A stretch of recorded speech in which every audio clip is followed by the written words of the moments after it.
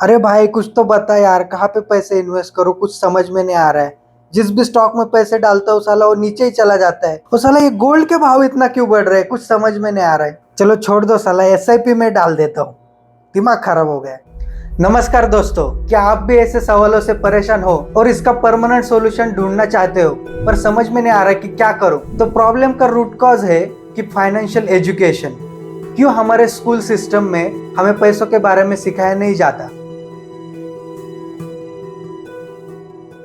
इसके लिए हमें कुछ हिस्ट्री समझनी पड़ेगी कि ये एजुकेशन सिस्टम साला आ कहां से रहा है। 1903 में अमेरिका के एक powerful businessman John D Rockefeller ने General Board of Education start किया था, जिसका असली मकसद था कि ऐसे लोगों को तैयार किया जा सके जो सिर्फ ऑर्डर सुने बिना किसी सवाल किए। ऐसे लोग जो पैसे के लिए काम करे और अपने ड्रीम्स के बारे में भूल जाए। पर आखिर उसने ऐसा क्यों किया? क्योंकि वो चाहता था कि जो रियल एजुकेशन है वो सिर्फ अमीर लोगों के पास रहे और बाकी के सारे लोग उनके लिए काम करें। अब ये मत सोचो कि ये सिर्फ अमेरिका के लिए ही था। भारत में भी मॉडर्न एजुकेशन सिस्टम एग्जैक्टली इसी पर्पस के लिए स्टार्ट हुआ था। 1835 में लॉर्ड मक्यूले ने ब्रिटिश पार्लियामेंट में कहा था कि हमें ऐसे लोग चाहिए जो रंग से इंडियन हो बट सोच से इंग्लिश हो। मतलब जो लोग सिर्फ ऑर्डर ले और ओबीडियंट नौकर बन जाए। और अगर आज के तारीख में भी देखें तो ये सिस्टम वैसे के वैसे ही चला आ रहा है। स्कूल आपको सिर्फ सिखाता है कि जॉब के लिए रेडी होना, मतलब दूसरों के लिए काम करना। पैसे कैसे बनाए और उसको कैसे मल्टीप्लाई करे ये कोई नहीं बताता, क्योंकि अगर हर कोई ये सीख गया तो अमीर के लिए काम कौन करेगा? तो चाहे वेस्ट हो या इंडिया, स्कूल सिस्टम का असली मकसद है ओबीडियंट वर्कर बनाना, ना कि फाइनेंशियल थिंकर्स। इसलिए ज्यादातर लोग पैसे कमाते तो है लेकिन उसे संभाल नहीं पाते। क्या आपको पता है 2011 में सुशील कुमार कौन बनेगा करोड़पति में करोड़पति बन गए थे, बट विद इन 1 ईयर ही वेंट बैंकरप्ट। ऐसा क्यों हुआ? क्योंकि वो एकेडमिकली तो इंटेलिजेंट थे but when it comes to financial intelligence it was very लो।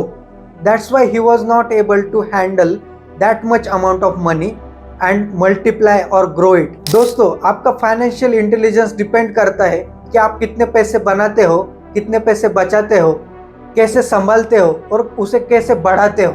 अगर आपको अपना फाइनेंशियल आईक्यू बढ़ाना है तो जल्द ही मेरी एक फाइनेंशियल आईक्यू के लिए वीडियो आने वाली है, तो उसके लिए सब्सक्राइब जरूर करें।